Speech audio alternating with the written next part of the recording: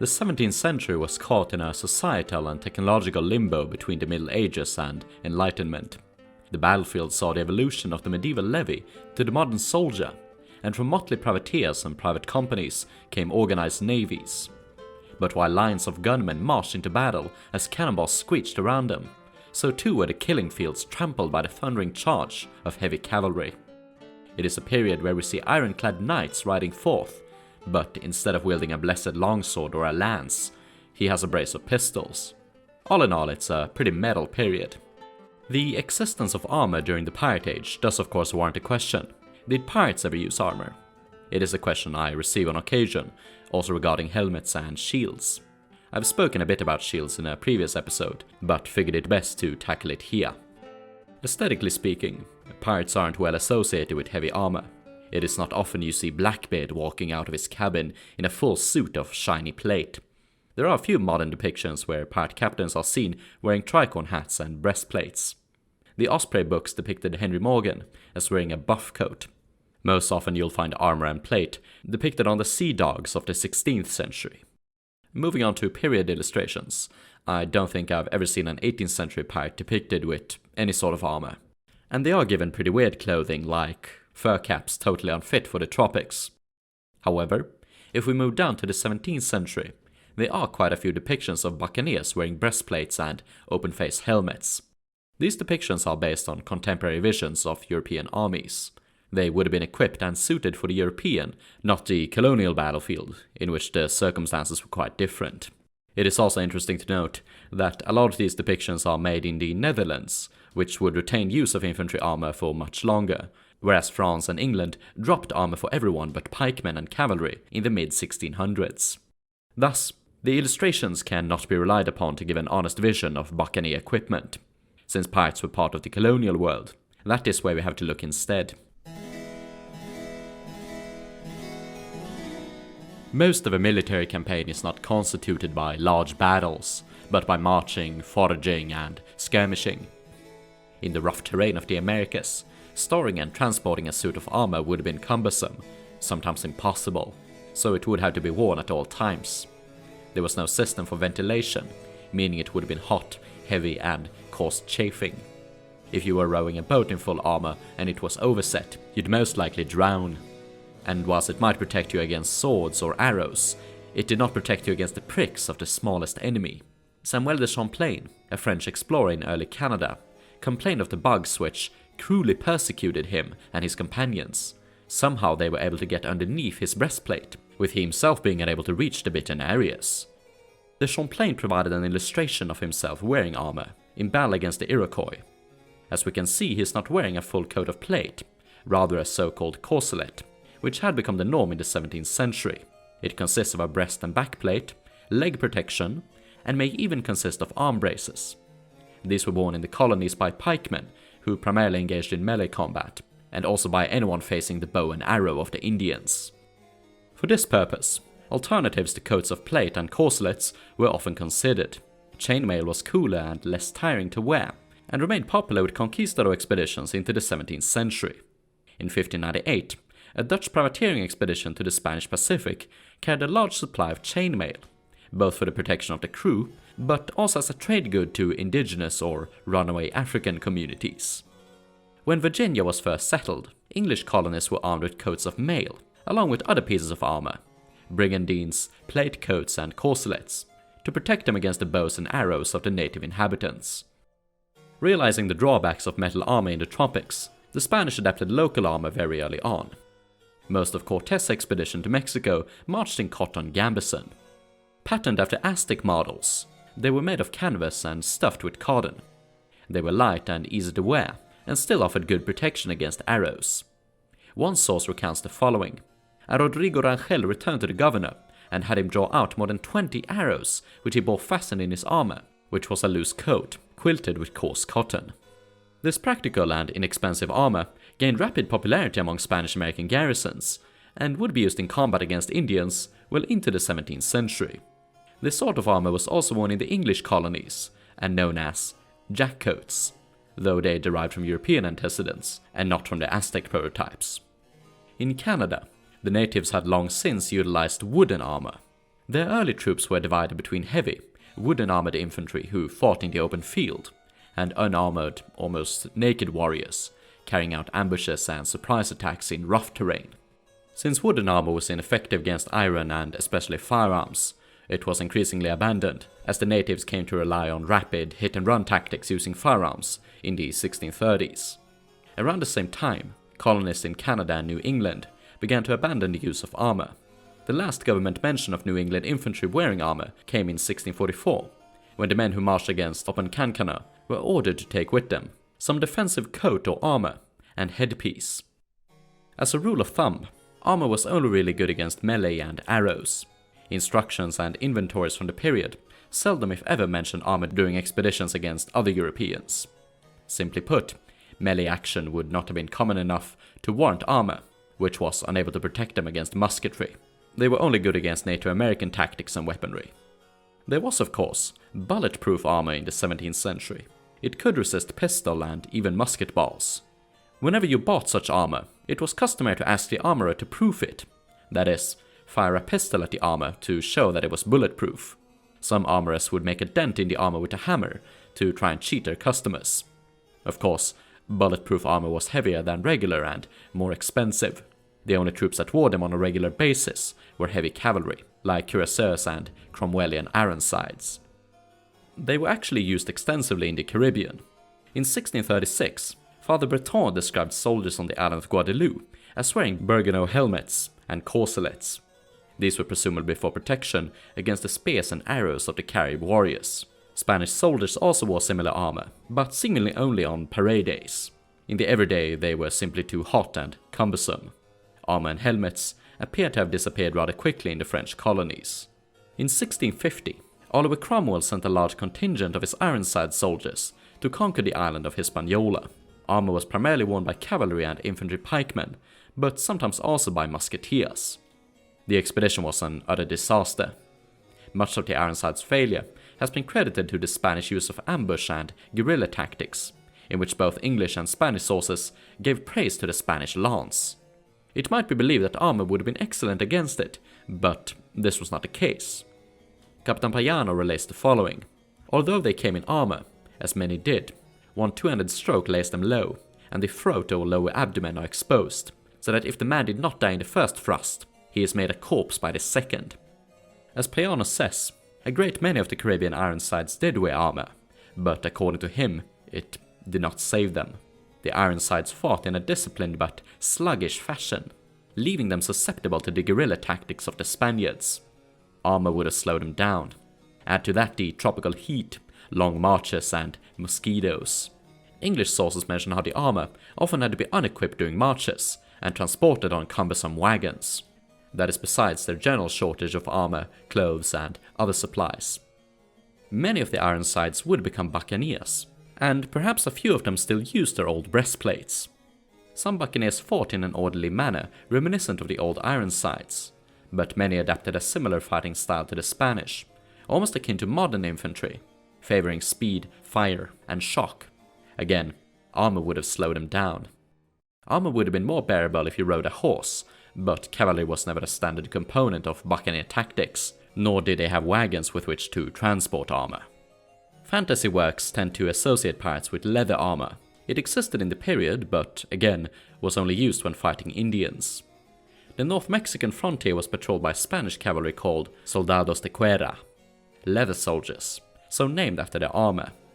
In addition to this armor, they also wore a special type of shield called the adarga, which will be discussed later on.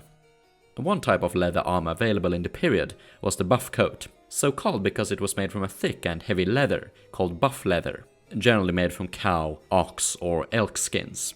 They were great against arrows and sword cuts, and often worn below a breastplate, but would have been warm, expensive, and unable to defend against a musket. Armor in the colony seems to have faded away from use in the 1630s, even in battles with native inhabitants.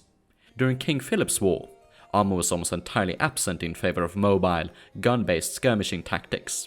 Officers stopped wearing armor in the mid-17th century. However, armor saw a minor renaissance in the latter half of the 18th century. Some generals believed that whenever soldiers assaulted a fortress during daylight, they should wear armor.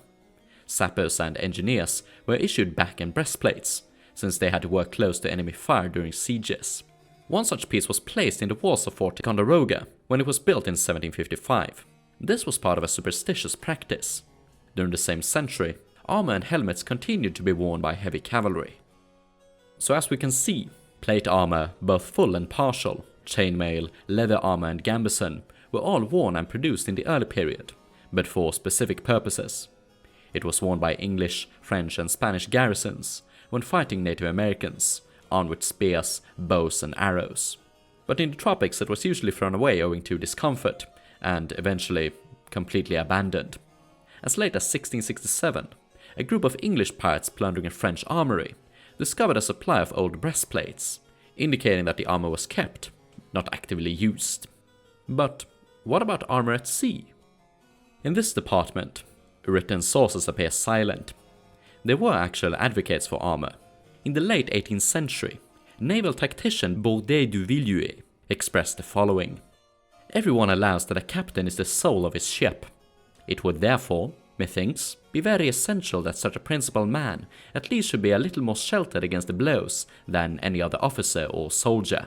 I could then wish that the captains of ships should, during an engagement, be covered with good armor musket-proof, which would be a great advantage, for they would then have hardly anything else to fear but a great shot. This armor would not be cumbersome to them, because they are not exposed to leap on board the adversary, as those of the crew who are under their command. They are bound never to quit the deck on which they are acting, and they are not to go from one place to the other. Thus, an armor could not hinder a captain from executing with ease all the motions necessary in the course of an engagement. The utility and advantages resulting from such a precaution can therefore not be denied. For, how frequently have ships been taken, who never would, had not the captains been killed, and had not their death filled the crew with such dismay and confusion? Therefore, he should not be ashamed of wearing armor." It is unknown how many officers before and after took note of the VUS advice. During the 16th century, armor at sea was common and even effective.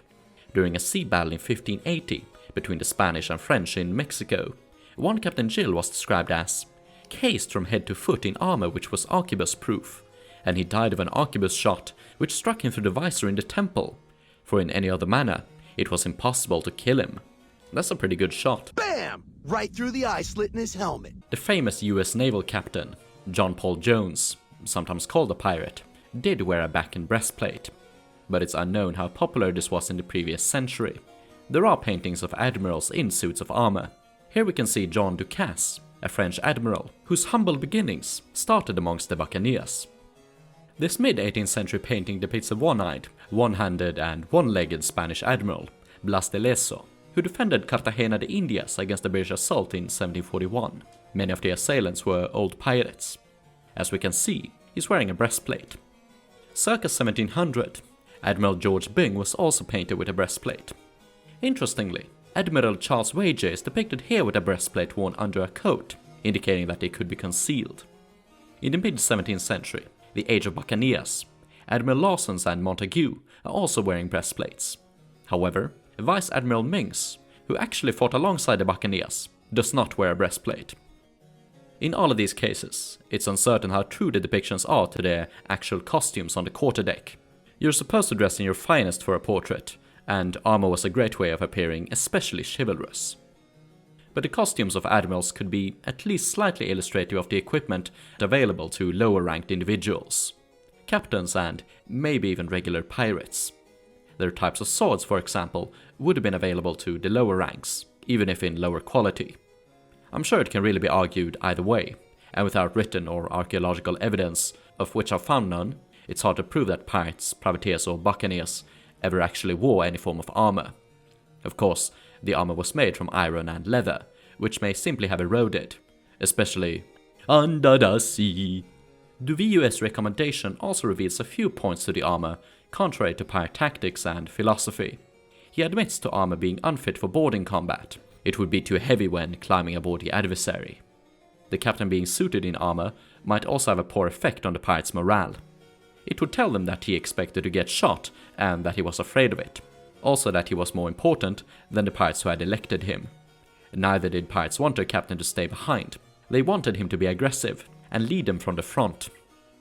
The gorget was a mark of office, derived from the clumsier breastplate. It was basically a large metal collar, sometimes with a shoulder guard.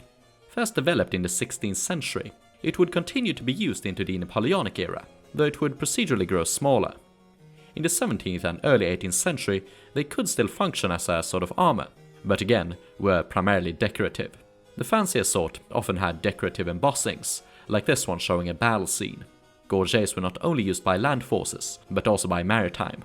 They wouldn't have been uncomfortable, so I can definitely imagine that a handful of Buccaneers used them especially, even if I haven't encountered any precise evidence for it. Some pirates who wished to LARP as naval officers may have used them as well, if they somehow stole or inherited from a previous position. But it was purely decorative, and pirates were usually practical, often throwing furniture and decorations overboard. The pirate aesthetic is one of minimalism and practicality, so I wouldn't count on them using gorgets.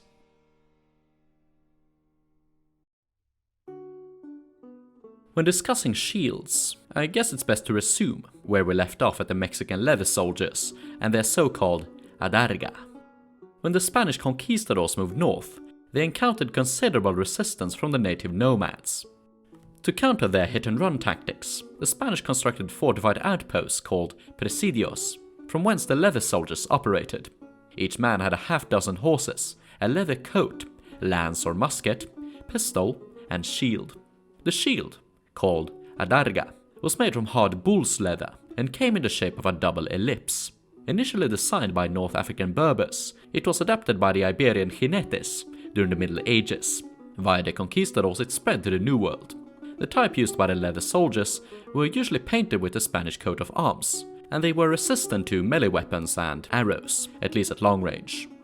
Similar equipment was worn by Spanish lancer cavalry throughout the New World, and they were some of the fiercest opponents to the Buccaneers. The Spanish did employ similar technology at sea. In the early buccaneering career of William Dampier, the pirate explorer was engaged by a Spanish pirate hunting fleet, described as follows. Their admiral was called the Toro. She had 10 guns and 100 men. Another had 4 guns and 80 men. The rest, having no great guns, had only 60 or 70 men apiece, armed with muskets, and the vessels barricaded round, with bull hides breast high. As will be proven later on, it is possible that the bull hides would have been bulletproof at an appropriate distance, but they also served the purpose of concealment. Similar technology was used in the period. During ship battles, the railings of the quarterdeck and around the fighting tops were covered with red cloths, called fights, in order to conceal the crew behind them. The fighting tops were a sort of raised platform up the mast from which the crew could fire muskets and throw grenades. I've also seen some pictorial evidence of actual shields being mounted around the fighting tops in the previous century, but during the Pirate Age as we know it, it seems they only used cloth. Another type of leather shield was a targe or target. They were either made of iron or of wood covered with leather. There has been some attempts to distinguish between the terms target and buckler. Some would define the target as a shield fixed to the forearm, whereas the buckler had a handle designed to be held in the left hand. It also seems to be believed that targets were exclusively wood and leather, whereas bucklers were pure steel. But during the early 17th century and before, the words appear interchangeably, though target seems to have been dominant. In some sources, target denotes any type of shield. In this illustration, it refers to a square shield. Targets were used by Spanish cavalrymen, and early on in the North English colonies by a type of soldier called targeteer. Conventional warfare and pike formations were useless against the native inhabitants, so the colonies adapted skirmishing tactics to the best of their abilities. The pikeman was dropped in favor of a heavily armored targeteer, who wielded a round shield made of metal or wood and leather, a sword, and a pistol. Their tactical purpose appears to have been to defend shooters in close quarters. However, the targeteer seems to have disappeared from the northern colonies during the 1630s. During the Ironside expedition to Santo Domingo, the commander wished to equip his troops with targets and black jacks, but it's unknown if any of his soldiers actually received them. If they did, some of them may have gone on to become buccaneers and still use their old equipment, but I wouldn't count on it. A shield of this sort may actually have been useful on a pirate's battlefield. George Percy described one incident in which the qualities of a leather and a steel target were tested. One of our gentlemen having a target which he trusted in, thinking it would bear out a slight shot, he set it up against a tree, willing one of the savages to shoot, who took from his back an arrow of an ell long, drew it strongly in his bow, shoots the target a foot through, or better, which was strange, being that a pistol could not pierce it. We, seeing the force of his bow, afterwards set him up a steel target. He shot again, and burst his arrow all to pieces. He presently pulled out another arrow, and bit it in his teeth, and seemed to be in great anger. Very unfortunate. So could a leather target really be able to deflect a bullet? Harold Peterson argues in Arms and Armor in Colonial America that a round pistol ball strikes the target with a heavy but dull blow, which is expected to bounce off, whereas an arrow, though delivered at a lower velocity, would deliver a sharp, slicing blow, much more effective against such materials. Thus, in some cases, a leather target may actually have been superior to metal ones, as a defense against pistols. And this would make them pretty useful for pirates. A target is relatively light, so it can easily be carried on a belt when campaigning or climbing aboard an adversary, deflect melee blows and even pistols. The leather target would see continued usage among the Scottish Jacobites, many of whom were pirates. Pirate Captain John Gough was even depicted in Highlander clothing, wielding a curved broadsword and a torch. However, there are no archaeological or written sources describing the implement as being used by pirates. If it is such a good shield, why wouldn't they use it? It is best explained in The Expert Swordsman's Companion, written in 1728 by Master Fencer Donald McBane. He actually faced the Highlanders in battle, aside from fighting a lot of duels. This target is of great use to those who rightly understand it, but to inexperienced people it is often very fatal, by blinding themselves with it, for want of rightly understanding it. Basically, the target could be detrimental if you were untrained, which most pirates and sailors were. Sword drilling was done on a captain's private initiative, and most pirates would only learn training through experience. So it's unlikely that they would favor the target over a pistol. A pistol is arguably easier to carry, can actually kill someone, and having been discharged can still be used in the offhand to parry blows, or even strike at the enemy. Though I guess it is possible to use it like the Virginian targeteers. Who knows? Much of what has already been said can also be said about helmets. They were common in the colonies until the 1630s, used by pikemen and early Indian fighters. They continued to be used by cavalry well into the 18th. A few musketeers in the 17th century did use helmets, perhaps including Colonial Ironsides. The Marian helmet is strongly associated with the Spanish. However, it wasn't worn by the early conquistadors like Hernán Cortés, and was also used by other nations. By the age of pirates it had largely been abandoned, but a few Spanish soldiers in the Americas still wore it. Most were made of metal, but some appear to have been made from leather. As for usage of helmets at sea, a Portuguese captain in the late 17th century was seen wearing a steel pot, but that's about it. The fact that it warranted mention indicates that it was uncommon, which is what makes historical accounts so complicated. They never mention things taken for granted. The one type of helmet which pirates may have worn was the skull cap or calotte. Some were hollow hemispheres of brass or light iron. Others were heavy and made of musket-proof iron or steel. Some had a round end, others a flat. Others were made from a lattice of metal straps, reducing the weight and still giving protection against sword cuts.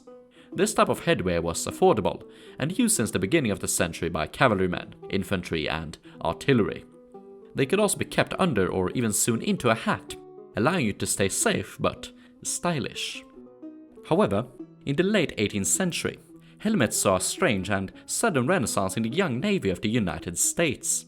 A few helmets may have been used in the British, but only through limited private purchase. Known as a boarding cap, they were similar to the sort used by firemen, and consisted of an iron frame covered with leather. Some were entirely made of leather, others of pure metal. At the front they were furnished with a peak, and the top crossed by a crest. One interesting feature were the hooked metal straps on the sides, designed to catch cutlass blows. The sides had leather claps for the ears and cheeks, connected by straps which were fastened under the chin. Some of these helmets were exceedingly fancy, being covered with bearskins. According to American seaman Samuel Leach, they had the effect of, quote, causing us to look as fierce as hungry wolves. Tactically, they seem to have been very effective. In 1813, British Captain Philip Brooke remarked the following before engaging the USS Chesapeake: "Don't hit them about the head, for they have steel caps on. In his excellent book, Borders Away, William Gilkerson drew an interesting parallel between the early US Marine of 1812 to the Viking sea warrior from 1,000 years earlier. Both wielded a short pike, a sword, an axe, and a helmet. Born in combat had almost gone full circle. Metal armor is most often associated with knights, so the next question might be, were there any pirate knights during the age of piracy? Yes, but not in the way you might imagine. The Knight Hospitallers were first established in 1048, and after partaking in the Crusades they managed to erect bases on Cyprus and Rhodes. After the Ottomans ousted them from Rhodes in 1523, they took possession of Malta in 1530, rebranding themselves into the Knights of Malta. From this small island south of Sicily, the Knights conducted piratical attacks against the Muslim world, ransacking ships, liberated Christian slaves, and taking Muslim slaves themselves. In the late 18th century they would even go so far as to attack and enslave Orthodox Greeks, branding them heretics. The Knights had a close connection to the French monarchy, who would often send soldiers and young officers to assist the order in their efforts. These men would then go on to have prosperous careers in France and beyond. One of them was Philippe de Poissy, appointed as governor of St. Kitts in 1639. Being a senior officer of the Order of Malta, he came escorted by 12 guardsmen, each of them dressed in a scarlet cassock, bearing 4 white crosses. It doesn't appear as though they wore armor. The most exciting part of their equipment were rifled carbines. Rifled weaponry was exceedingly rare in the pre-industrial times, owing to production issues, but they provided superior accuracy and range. Rifled carbines were most often issued to French guardsmen and dragoons. Between 1650 and 1665, the Order of Malta would maintain direct control over the French West Indian Islands. De Poissy was even responsible for the establishment of Tortuga as a buccaneer colony. He sent an expedition led by the Huguenot Jean Levasseur, but Levasseur eventually betrayed Poissy and set himself up as a sort of king on the pirate island. The French governors of Saint-Domingue would live in fortified mansions, somewhat akin to medieval castles. Guarded by rifle-armed Knights Hospitallers, it's a strange aesthetic to say the least. A brief note on ship armor might also be necessary, or at least interesting. In the early industrial period, wooden ships were clad in iron plates, and eventually ships would be made from metal entire. Iron ship armor appears in some video games like Assassin's Creed and Sid Meier's Pirates. But does it have any basis in reality? Not exactly. In pre-industrial times, making enough plates to cover the hull of a ship would have been too expensive and time-consuming. Just having metal nails and rivets in a ship was expensive enough, and whenever a ship was destroyed, it was preferable to have the metalwork recovered. Nor might the iron plates have been sufficiently protected against rust, and they may not have been able to make plates strong enough to protect against cannonballs anyway. That is besides the considerable weight, which would have slowed the ships down to the pace of a sea snail. Which is why we don't see the addition of metal plating until the advent of steam engines and more advanced rigging. The closest we'd get to ship armor would be different types of wood. The strongest was oak, the norm for European and North American vessels. A proper thickness and combined layers of different woods could make a vessel virtually bulletproof. Though outside of the pirate age, the USS Constitution was constructed with a double hull of oak and pine, allowing her to deflect cannonballs as heavy as 32 pounds. Such ammunition would have torn any smaller vessel to shreds. The Constitution did partake in the Barbary Wars as a pirate hunter, and she served to inspire the Acheron in the movie Master and Commander, in which the vessel's 9 vulnerability serves as a major plot point. Though oaken ships could be made quite defensible, even the strongest sort were unable to protect them against the smaller, most insidious of opponent. Shipworms found oak to be an especially delectable treat. Indeed, vessels like the Constitution were only expected to have a lifespan between 10 to 15 years. The worms preferred warmer, tropical waters, the haunt of pirates, so equatorial vessels had to be built from alternative woods. Most important was cedar, whose flavor proved unpalatable to the squiggly gnats. I actually have a few cedar cubes in my closet to defend my slops against carpet beetles. Cedar was not as strong as oak, however, not as bulletproof, but for pirates and merchants it was usually not an issue, because they tended to use lighter cannons and typically firing 3-pound shot, 10 times less than what the Constitution chewed up a rough 100 years later. It wasn't really an effective tactic to fire at the enemy hull anyway. It was more cost efficient to load your guns with random junk and fire them at the crew on the open decks and especially their rigging. Ships traveling south were kitted out with armor against worms in the form of a double hull. This was an outer layer of wood, expected to be chewed up and replaced. Ship repairs were a frequent affair in the tropics, and preferably you'd clean them about 4 times a year, replacing rotten hull and smearing it with a protective ointment. Experiments were done in the late 17th century with lead plating. Lead cannot rust, and would serve to protect the underwater parts of the ship against worms and barnacles. This would reduce maintenance, but the lead plating was found to be inefficient and abandoned.